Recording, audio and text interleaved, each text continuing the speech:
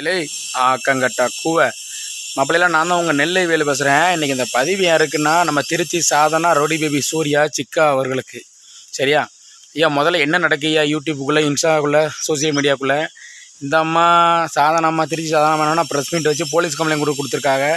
ஒரு பக்கம் பார்த்தா இந்த ரவுடி பேபி சூர்யா, ஏமா நீங்கள் சும்மா இருக்க மாட்டீங்களா?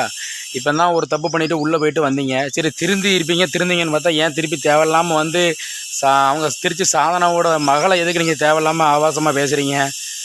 உங்களுக்கும் சாதனாவுக்கும் பிரச்சனைன்னா நீங்கள் உங்களுக்குள்ளே பேசிக்கோங்க, உங்களுக்கு எதனா பண்ணிக்கோங்க. அதை விட்டுட்டு ஒன்றும் தெரியாத குழந்த சாதனாவோட இப்போ தான் அந்த பொண்ணுக்கு கல்யாணம் முடிஞ்சிச்சு. கல்யாணம் முடிஞ்ச பொண்ணை வந்து யாரும் பேசுறதுக்கு எந்த அருகதையும் கிடையாது. உங்களுக்குள்ள பிரச்சனை உங்களுக்குள்ள தான் பேசிக்கிடணும். ஒன்றும் தெரியாத குழந்த கல்யாணம் முடிஞ்ச பிள்ளை இப்படி பேசும்போது என்ன ஆகும்னா அது பெற்ற தாய்க்கு யாரும் சம்மதிக்க மாட்டாங்க. சரியா, எல்லாருமே சாதனா வீடியோ போடுறதுக்கு சாதனாவை கழுவி ஊற்றுதும், அது ஆபாசமாக ட்ரெஸ்ஸில் போட்டு ஆடுது, தம்பி கூட ஆடுது வைக்கிதுன்னு எல்லாருமே பேசணும், அது வேறு விஷயம்.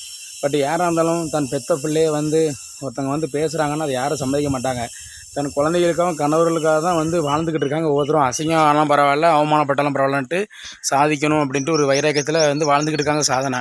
நீங்கள் வந்து இந்த மாதிரி பேசக்கூடாதும்மா, அது வந்து பெரிய பெரிய மகா தப்பு. நான் என்ன இதை வந்து ரொம்ப கண்டிக்கிறேன் வன்மையாக.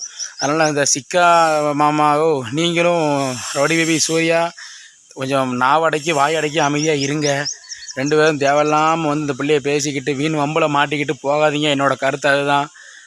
திருச்சி சாதனா, நீ எதுவும் ஃபீல் பண்ணாதம்மா. சரியா, ஓகே, எதுவும் ஃபீல் பண்ணாமல் இருங்க. அவன் பேசுனது தவறு தான். சரியா, அதனால் வந்து நீங்கள் பொறுமையாக போங்க. விட்டு கொடுத்து 2 விட்டு கொடுத்து போனீங்கன்னா வாழ்க்கை நல்லாயிருக்கும் எல்லாருக்குமே.